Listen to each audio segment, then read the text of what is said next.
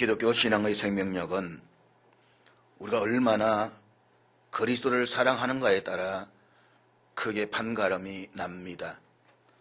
만일 우리에게 그리스도를 향한 사랑이 없다면 우리는 영적인 생명을 전혀 가지지 못한 사람이 되고 맙니다. 그리스도를 향한 사랑이 없는 사람은 그가 살았다고 말하지만 실상은 생명력을 잃어버리고 사늘하게 식어버린 죽은 자일 뿐입니다. 그러므로 그리스도를 사랑하는 마음이 없는 그 믿음은 죽은 믿음인 것입니다. 물론 그리스도를 사랑하는 마음이 없이도 그리스도인이라는 이름은 얻을 수가 있습니다. 그리스도를 사랑하는 마음이 없어도 경건의 모양은 갖출 수 있습니다. 그러나 그런 사람에게서는 경건의 능력을 찾아볼 수는 없을 것입니다. 그리스도를 사랑하는 마음이 없이도 교회에 나와서 예배를 드릴 수 있습니다. 그러나 그런 사람의 예배는 하나님이 결코 기뻐받지 않으실 것입니다. 그리고 그런 사람은 스스로 내가 주님을 안다라고 할지라도 실상은 예수님과는 아무런 관계가 없는 그저 그런 사람일 것입니다. 사랑하는 여러분, 지금 우리들에게 정말 중요한 것은 그리스도를 향한 우리 자신의 사랑입니다. 정말 우리가 주님을 사랑할까요?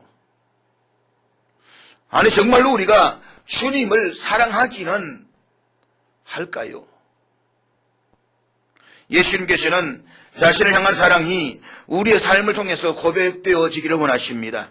그리스도를 진정으로 사랑하는 그 마음이 제자된 우리들의 생각을 사로잡아서 그분께 순종하는 삶을 살아가기를 원하고 계십니다. 그래서 그리스도를 사랑하는 제자들의 모든 감각과 몸의 지체들이 온전히 그리스도를 섬기는 종이 되기를 기대하고 계십니다. 그러므로 여러분, 우리의 눈은 그리스도를 위해서 보아야만 합니다. 우리의 귀는 그리스도를 위해서 들어야만 합니다. 우리의 혀는 그리스도를 위해서 말해야만 합니다. 우리의 손은 그리스도를 위해서 일해야만 합니다. 우리의 발은 그리스도를 위해서 걸어야만 합니다. 뿐만 아니라 우리 모든 은사와 재능은 그리스도를 위해서 헌신하고 봉사하는 일에 쓰여져야만 합니다. 우리가 정말 그리스도를 사랑한다면 말입니다. 사랑하면 사랑한 사람이 요구하는 것은 무엇이든지 언제나 기꺼운 마음으로 그를 위해서 드릴 것입니다. 정말 우리가 그리스도를 사랑한다고 한다면 우리 주님께서 언제 어떤 일을 맡기시든지 그리스도를 위해서 고난받는 일을 마다하지 않을 것입니다. 정말 우리가 그리스도를 사랑한다면 자기를 부인하고 십자가를 지고 그리스도를 따라가는 일이 어디로 이끌어가시든지 상관하지 않을 것입니다. 그리스도께서 나를 어디로 이끌어가시든지 상관없이 우리는 기쁨으로 따라갈 것입니다. 만일 우리가 정말 그리스도를 사랑한다고 한다면 우리들의 소망도 전적으로 그리스도를 향한 소망으로 되어져야 할 것입니다. 사랑하는 여러분, 잊지 마십시오.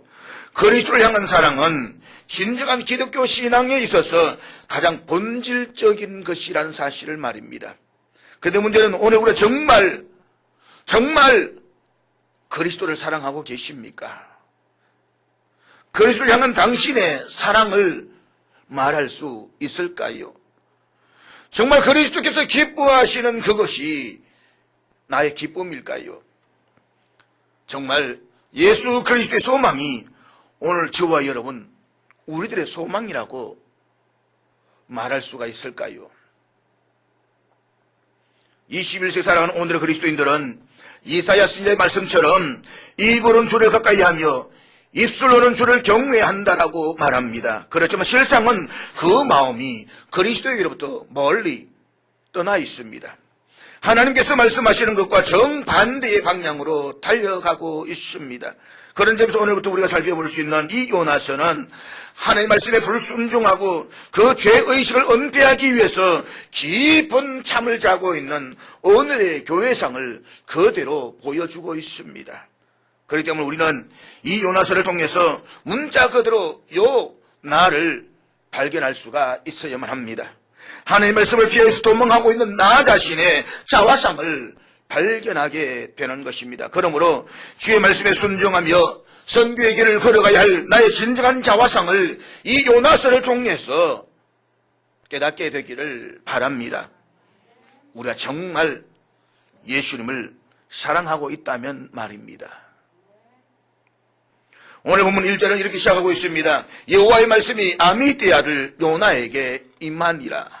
본문은 하나님께서 아미떼의 아들 요나에게 말씀하시는 것으로 시작하고 있습니다. 그런데 성경을 읽어보면 이 요나라는 인물에 대해서 자세한 배경이 기록되어져 있지 않습니다. 그렇기 때문에 그가 구체적으로 어떤 사람인지에 대해서는 알 길이 없습니다. 그러나 그럼에도 불구하고 성경은 요나라는 인물에 대한 역사적 실제성에 대해서는 조금도 의심하고 있지 않습니다.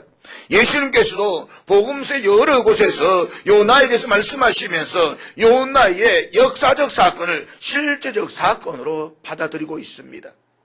대표적으로 누가복음 11장 30절 말씀 우리 한번 같이 읽도록 하겠습니다. 같이 읽습니다. 시작. 요나가 니느웨 사람들에게 표적이 됨과 같이 인자도 이 세대에 그러하리라. 구약 성경에서도 요나의 역사적 인물에 대해서 여러 곳에서 말씀하고 있습니다. 대표적으로 열왕기하 14장 25절의 말씀을 우리 다 같이 읽도록 하겠습니다. 같이 읽습니다. 시작. 여기 보면 요나에 관한 기록이 구약의 역사적 시간 속에 분명하게 나타나고 있습니다. 그리고 이 말씀에서도 요나를 아미떼의 아들이라고 소개하고 있습니다. 히브리인들의 전성에 의하면 이 요나는 엘리야가 살려준 사렙다 과부의 아들이었으며 엘리사가 예후를 이스라엘 왕으로 기름 붓기 위해서 보냈던 그 소년이라고 전하고 있습니다. 그리고 그는 여로보암 2세가 통치하던 시대에 활동하던 선지자였습니다. 우리는 그 이상의 정보는 더 이상 알지를 못합니다. 요나가 구체적으로 어떤 인물이며 어떤 가정에서 자랐는지 그리고 요나의 소년기가 어떠했는지에 대해서는 알 길이 없습니다. 그렇지만 오늘 본문의 1절 말씀을 통해서 요나라는 인물에 대한 중요한 한 가지 단서를 찾을 수가 있습니다. 우리 본문 1절 말씀 다시 한번 같이 읽도록 하겠습니다. 다 같이 읽습니다. 시작. 이 말씀에서 알 수 있는 것은 요나의 아버지의 이름이 아미떼라고 하는 것입니다. 아미떼라는 말은 아멘이라는 말과 같은 단어에서 파생된 언어입니다. 아멘이라는 말은 하나님의 약속은 진실로 그렇습니다 라고 하는 뜻을 가지고 있습니다. 이 말은 약속에 대한 하나님의 신실성을 확인하는 고백입니다. 하나님은 진리이십니다. 하나님은 진실하십니다. 그래서 진실하신 하나님은 약속대로 행하실 것입니다 라고 하는 우리의 신뢰가 이 아멘이라고 하는 고백 속에 포함되어져 있습니다. 아미떼라고 하는 이름이 시사해 주는 것을 보면 요나는 훌륭한 신앙적 과정에서 성장했다라고 하는 것을 짐작할 수가 있습니다. 이 요나라는 이름은 본래 비둘기라고 하는 뜻입니다. 아마도 요나의 아버지는 사랑하는 이 아들 요나를 통해서 하나님 말씀이 온 세계에 전파되기를 바랬을 것입니다. 기쁜 소식을 전하는 비둘기처럼 아마도 그의 아들이 하나님의 말씀을 증거하는 자랑스러운 아들이 되기를 기대하는 아버지의 뜨거운 열망에서 그 이름을 요나, 비둘기로 지었을런지도 모릅니다. 그럼 우리는 여기서도 중요한 한 가지 사실을 기억해야만 합니다. 그것은 요나가 하나님과 열려진 교통의 통로를 가지고 있었다는 사실입니다. 다시 말하면 하나님께서 말씀하실 때에 그 말씀을 받을 수 있는 열린 귀와 마음이 있었다는 것입니다. 사랑하는 여러분, 우리 하나님은 우리와 말씀하시기를 기뻐하십니다. 그분은 우리에게 말씀을 하시고자 하십니다. 그분은 당신에게 말씀을 주시고자 하십니다. 지난 역사의 한 시점에서 요나라고 하는 한 개인에게 임하셨던 하나님의 말씀, 하나님의 그 말씀을 통해서 하나님은 오늘의 나에게도 임하기를 원하십니다. 문제는 나에게 그 하나님 말씀을 받을 귀가 열려 있는가 하는 것입니다. 뿐만 아니라 하나님의 말씀을 받을 수 있는 마음이 열려져 있습니까? 요나가 선지자로 활동하던 시기는 북이스라엘의 여로보암 2세가 통치하던 때였다라고 말합니다. 여로보암 2세는 40여 년간 북이스라엘을 통치했던 왕입니다.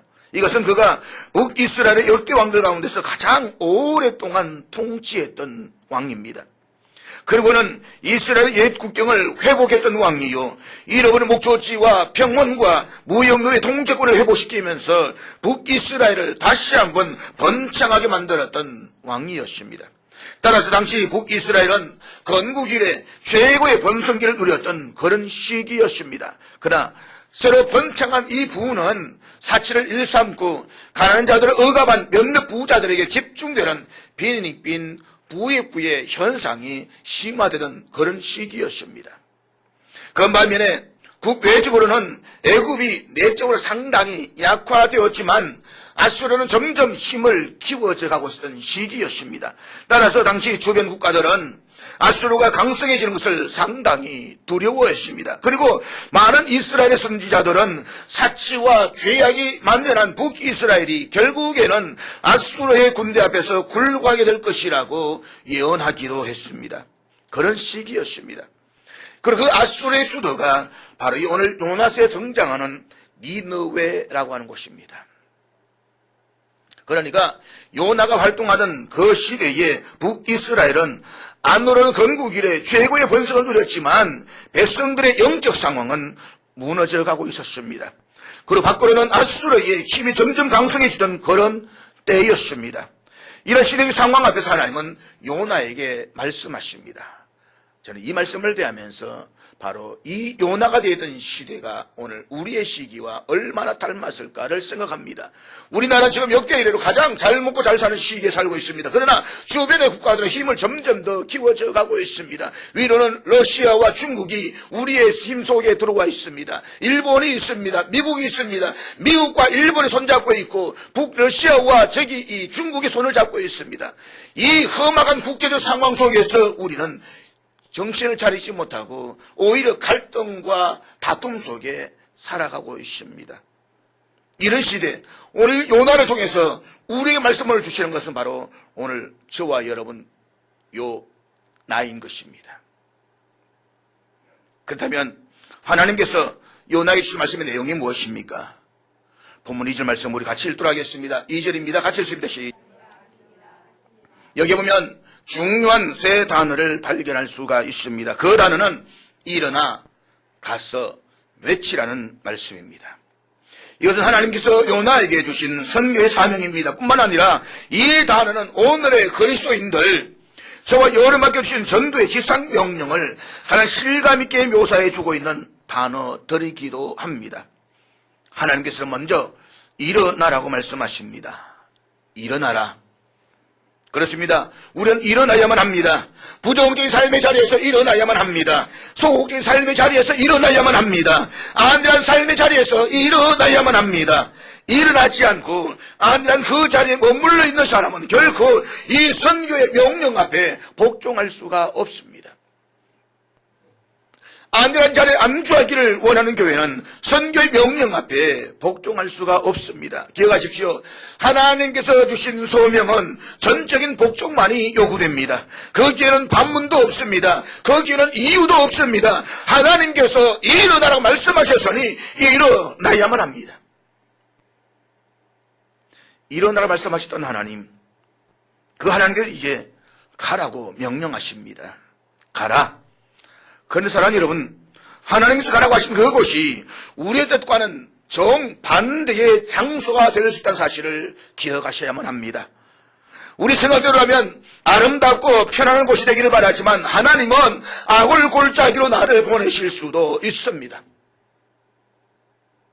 내 생각은 그것이 아닌데 나는 그곳으로 가기 정말 싫은데 하나님께서는 가라고 말씀하십니다. 그렇다면 여러분은 어떻게 하시겠습니까? 하나님 안 됩니다. 그것만은 죽어도 못 가겠습니다. 라고 항변하시겠습니까? 내가 그렇게 항변하고 있음에도 불구하고 하나님께서 여전히 그럼에도 불구하고 가라고 명령하십니다. 그렇다면 나는 가야만 합니다. 하나님께서 가라고 하신 곳에는 이유가 없습니다. 가야만 합니다. 무엇보다 하나님께서 중단 명령을 주시러 갈 때마다 이 두 동사가 어김없이 성경에 나타나고 있는 것을 볼 수 있습니다. 일어나라, 가라. 사도행전 8장 26절 말씀 우리 다 같이 읽도록 하겠습니다. 같이 읽습니다. 시작. 이 말씀은 빌립을 사용하기를 원하시는 하나님의 명령이 빌립에게 임하시는 장면입니다. 일어나서 가라. 그런데 빌립이 가야 할 곳이 아름다운 곳이 아닙니다. 지금 사마리아의 부흥의 역사가 일어나고 있습니다. 어떤 은혜가 임하고 있습니다. 너무 좋은 곳입니다. 주여 여기가 좋사오니 초막을 짓겠습니다. 그런 분위기가 사마리아에 일어나고 있습니다. 그런데 하나님께서는 그곳을 떠나서 광야로 가라고 말씀하십니다. 아무도 없는 곳, 아무것도 얻을 수 없는 그곳으로 가라고 말씀하십니다. 바로 성경은 그것을 요구하고 있습니다. 우리 사도행전을 계속해서 읽어보게 되면 사도행전에서는 하나님께서 선교적 명령을 주시려고 할 때마다 언제나 일어나라 그리고 가라 라고 하는 동사가 나타나고 있음을 우리는 알게 될 것입니다. 가라, 가서 모든 민족으로 제자를 삼아라. 오늘 현대교회의 잘못된 다성 가운데 하나가 있습니다. 그것은 사람들이 오기만을 기다리고 있다는 것입니다. 과거에 잘 먹고 잘 사는 시대 아닌 어려웠던 시대에서는 모두가 다 구원에 대한 열망이 가득했습니다. 어떡하든 간에 내가 잘 살아야 되겠다는 그 열망을 가지고 교회로 왔습니다. 그래서 건물만 지어놓으면 교회에 넘쳐났습니다. 그러나 지금은 아무리 건물을 잘 지어놓아도 아무리 에어컨에 좋은 시스템을 갖춰놓아도 모여들지 않습니다. 세상에는 그것보다 좋은 것이 훨씬 더 많기 때문입니다. 물론 여러분 모이는 것도 중요합니다. 우리 잘 모여야만 합니다. 그러나 더 중요한 것은 흩어져 가는 일인 것입니다. 우리 한 사람 한 사람이 선교적 사명을 붙잡고 세상 속으로 가는 것입니다. 잃어버린 영혼들에게 찾아가야만 하는 것입니다. 아홉 마리의 양도 중요하지만 잃어버린 한 마리의 양이 중요하다는 사실을 우리는 잊지 말아야만 합니다. 우리의 소명은 한 사람의 잃어버린 영혼들에게 찾아가는 것입니다. 찾아가십시오. 그리고 초청해 보십시오. 물론 초청한다라고 해서 쉽게 오는 것이 아닙니다. 그러나 그럼에도 불구하고 그대로 가만히 있어서는 안 되는 것입니다. 우리 주님께서 모든 백성들에게 말씀하시는 하나님의 말씀을 들어야만 합니다. 가라. 그럼 사랑하는 여러분, 우리는 잃어버린 영혼, 방황하는 영혼, 상처받은 영혼들에게 얼마만큼 찾아가 보셨습니까? 하나님은 이제 외치라고 말씀을 하십니다. 외치라. 여러분, 하나님께서 외치라고 말씀하신 것은 내 철학을 외치라는 것이 아닙니다. 내 생각을 나누는 것이 아닙니다. 내 생각과 철학과 사상은 아무도 구원시킬 수가 없습니다. 그것이 아무리 논리적이고 이성적이고 합리적이고 과학적이라고 할지라도 그것으로는 한 사람의 영혼도 그리스도 앞으로 이끌 수가 없습니다. 그러면 우리는 무엇을 외쳐야만 합니까? 우리는 다만 주님이 주신 그 말씀만을 외쳐야만 합니다. 주님이 주신 말씀을 외치기 위해서는 먼저 우리가 주님의 말씀을 받아야만 합니다. 주님께로부터 받은 말씀이 없는데 내가 무엇을 외칠 것입니까? 많은 사람들이 주님께로부터 받은 말씀이 없기 때문에 엉뚱한 소리만 하는 것입니다. 세상에 나가서 주식이 어떻느니, 아파트 값이 올랐느니, 연예인이 어떻느니, 송중기가 어떻게 잘생기느니 그 이야기만 나누고 있는 것입니다. 받은 소리가 말씀이 없기 때문에 자기 소리만 질러대는 것입니다. 그렇기 때문에 오늘 내 가정이 시끄러운 것입니다. 우리 교회가 시끄러운 것입니다. 이 사회가 폭풍의 소용돌이 속에서 헤어나오지를 못하고 있는 것입니다. 사랑하는 여러분, 오늘 여러분은 주님께로부터 받은 말씀이 있습니까? 그리고 주님께로부터 허락받은 그 말씀을 외치고 있는지요? 오늘 이 시간 사랑하는 주님의 음성을 다 들을 수 있기를 축복합니다. 주여 내게 말씀하시옵소서. 내가 듣겠나이다. 그 말씀을 들을 수 있기를 축복합니다. 여호와의 말씀이 요나에게 임하셨습니다.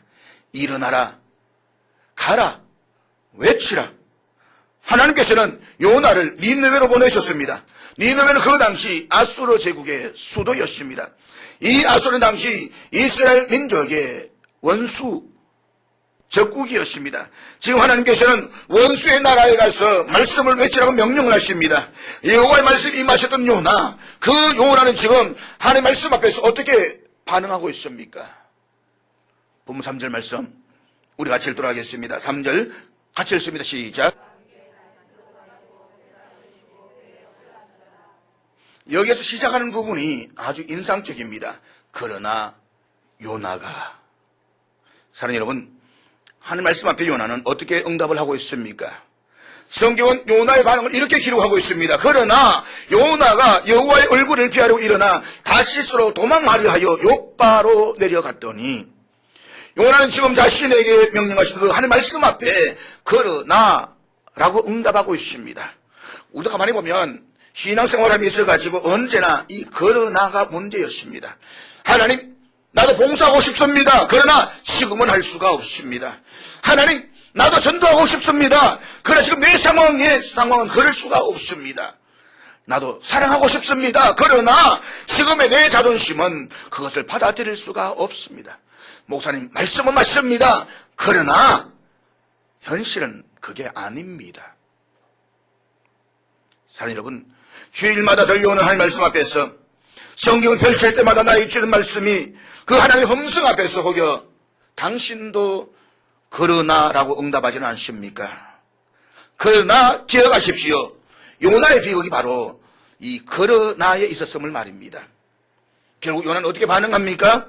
일어나 다시스로 도망하려 하여. 그러나 하나님께서 일어나 말씀하시니까 일어났습니다. 안 일어나면 무슨 일이 일어날 것 같습니다. 그래서 일어났습니다. 그리고 가라고 말씀하시니까 갔습니다. 그러나 그거 하는 방향은 하나님이 원하시는 그곳이 아니었습니다. 오늘 본문은 요나의 행동에 대해서 정확하게 이렇게 기록하고 있습니다. 여호와의 얼굴을 피하려고 일어나 욥바로 내려갔더라.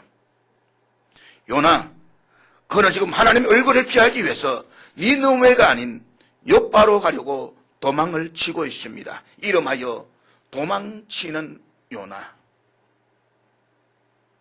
요나, 그는 분명히 하나님의 말씀을 들었습니다. 최소한 그는 하나님께서 말씀하실 때에 그 말씀을 들을 수 있는 열린 귀와 마음이 있었습니다. 그러나 고기까지였습니다. 그는 지금 도망치고 있습니다. 그가 도망치는 이유가 무엇입니까? 하나님의 얼굴을 피하려고. 그러면 요나가 하나님의 얼굴을 피하려고 도망치는 이유가 무엇입니까? 첫째는 하나님의 말씀이 자기 뜻과는 전혀 달랐기 때문입니다. 앞에서 말씀을 드렸지만 하나님께서 가라고 말씀하시는 니느웨는 그 당시 북이스라엘의 생존권을 위협하고 있는 아수르의 수도였습니다.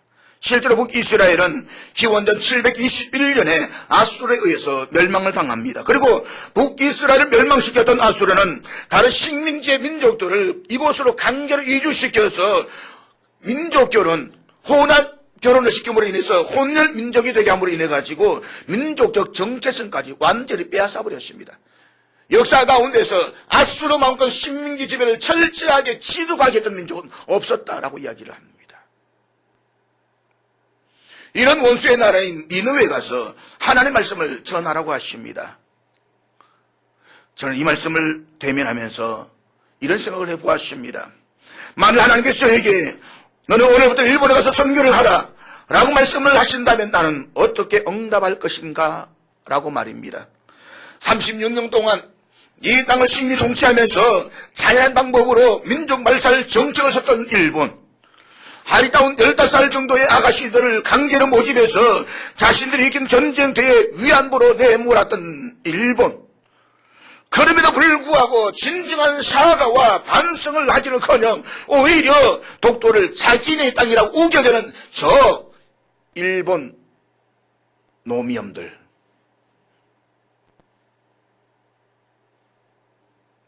솔직히 다른 곳은 다 갈 수 있는데 일본만은 갈 생각이 별로 없습니다.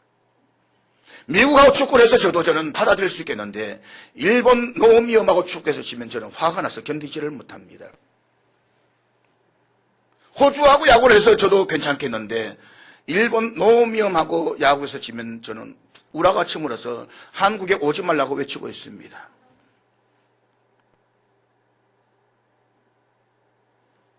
그래서 저도 어쩌면 요나와 같이 피해난 길을 도망치지 않을까 그런 생각을 해보게 됩니다. 하나님께 말씀하십니다. 저 큰 성읍 니느웨로 가서 그것을 향하여 외치라. 그 악독이 내 앞에 상달되었음이니라. 하나님께서는 니느웨 성을 멸망시키기 전에 먼저 요나를 통해서 회개할 기회를 주십니다. 그들을 구원하고자 하시는 하나님의 놀라운 경륜을 요나를 통해서 열어가도록 하십니다. 왜 가라고 하시는 것입니까? 망해버리면 되지. 그러나 하나님은 한번 기회를 주고 싶은 겁니다. 그러나 여러분, 아무리 하나님 말씀하셨어도 요나는 그 하나님 말씀에 순종할 수가 없었습니다. 아무리 하나님의 경륜이 위대하고 컸어도 그 뜻에 따를 수가 없었습니다. 왜요? 그것은 요나 자신의 뜻과는 너무나도 달랐기 때문입니다. 하나님, 그건 내 뜻이 아닌데요. 내게는 그 마음이 없는데요. 그래서 그는 하나님으로부터 도망치려는 계획을 세웠습니다. 그것은 바로 다시서로 가는 것입니다. 다시서 오늘날의 스페인을 말하는 것입니다. 우리 앞에 지도를 한번 보도록 하겠습니다. 지도를 보게 되면 바로 여기 이 빨간 지점의 이 지도 옆에 여기가 예루살렘입니다. 예루살렘에서 위쪽으로 북쪽으로 올라가면 북서쪽으로 올라가면 니느웨고 반면에 이 서쪽으로 올라가게 되면 다시서가 있습니다. 정반대의 방향.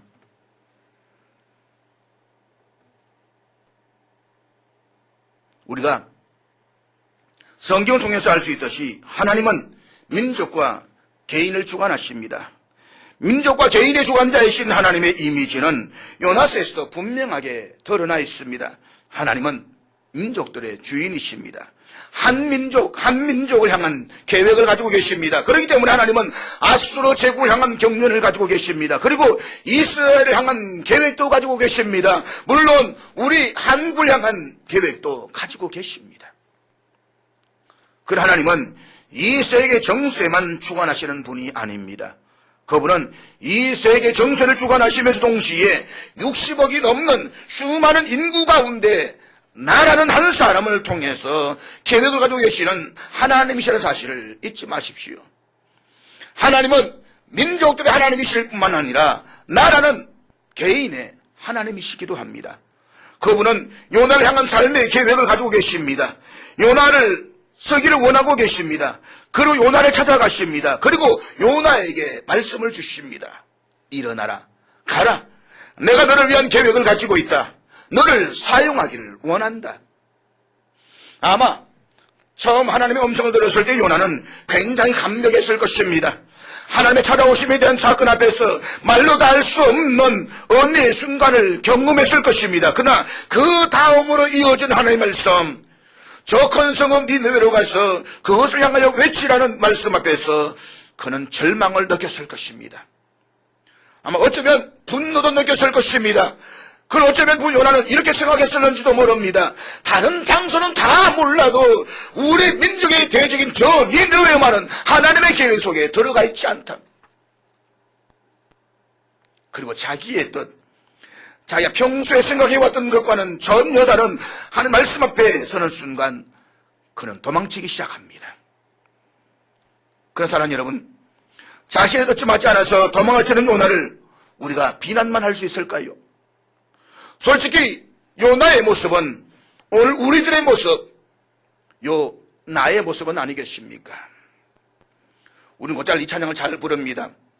주님 뜻대로 살기로 했네. 주님 뜻대로 살기로 했네.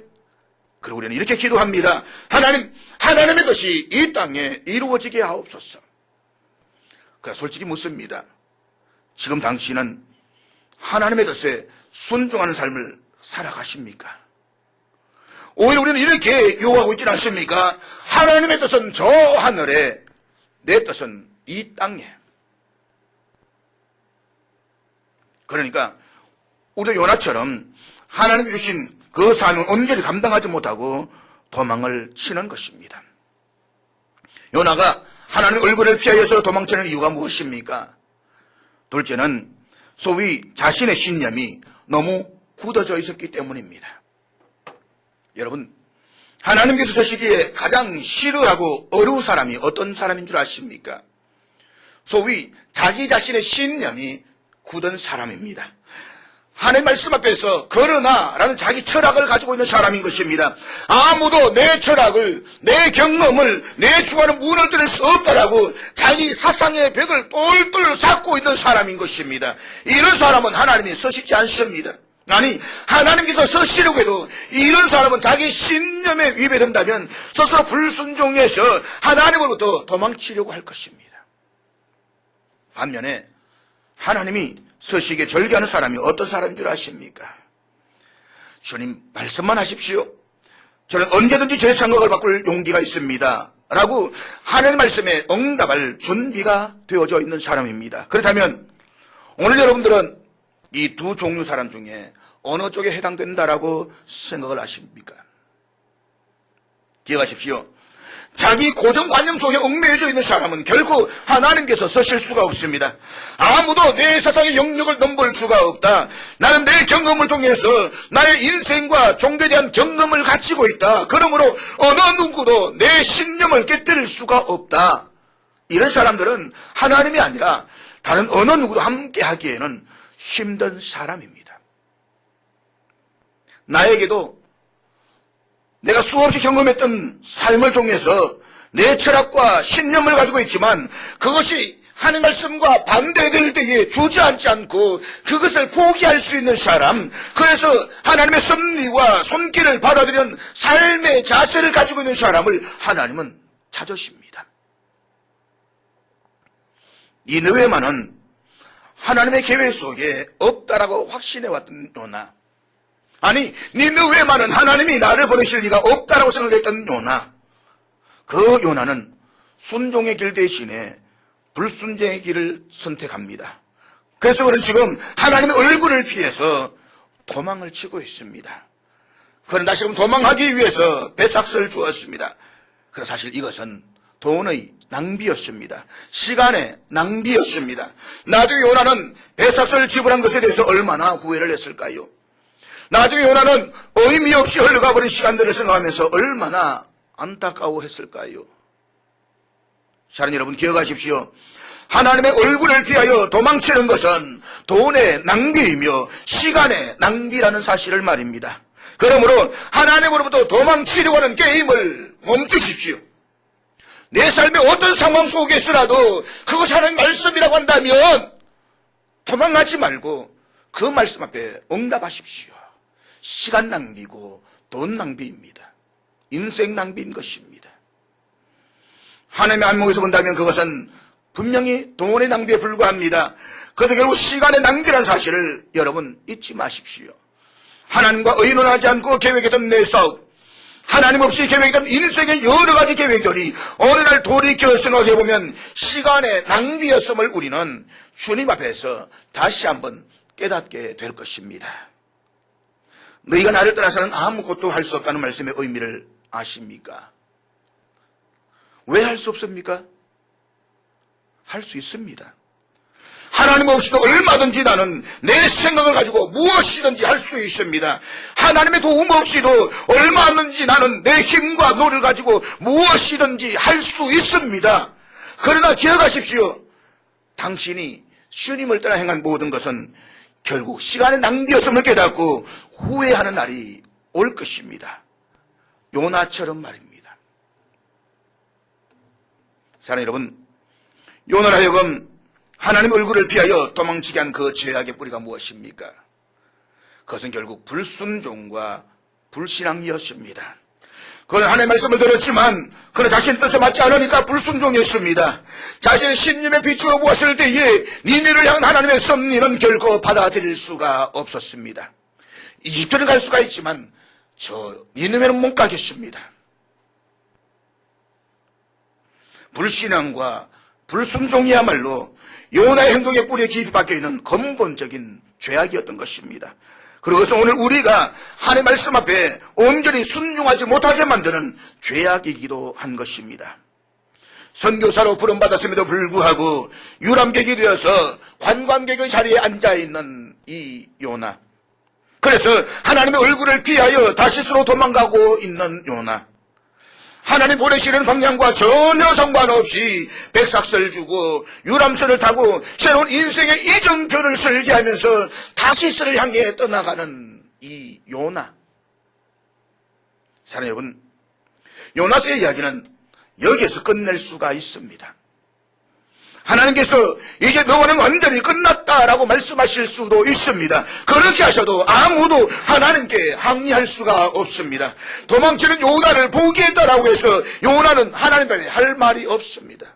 무슨 말이 있습니까? 그렇다면 이제부터 전개되는 요나의 이야기는 하나님께서 요나에게 덤으로 주시는 은총인 것입니다. 뿐만 아니라 이제부터 요나를 그대로 방관하지 아니하시고 그를 추적해 가시는 하나님의 손길을 한번 지켜보십시오. 동시에 때때 하나님을 거역하고 내 뜻에 맞지 않다고 내 길로 떠나갔던 요 나를 향한 하나님의 손길을 한번 추적해 보십시오. 그리고 지금까지 자신의 뜻을 따라서 신념을 가지고 살았던 모든 사람들은 이 요나를 통해서 하나님이 기뻐하시는 믿음의 일꾼으로 다시 세워가십시오.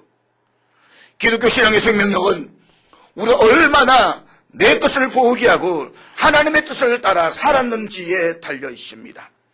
우리가 정말 하나님을 사랑한다라고 한다면 우리는 어떤 것을 선택하거나 거부할 때에 내 뜻이나 신념이 아니라 하나님께 정해주신 그 기뻐하신 뜻을 규범으로 삼아야 할 것입니다. 기도하겠습니다.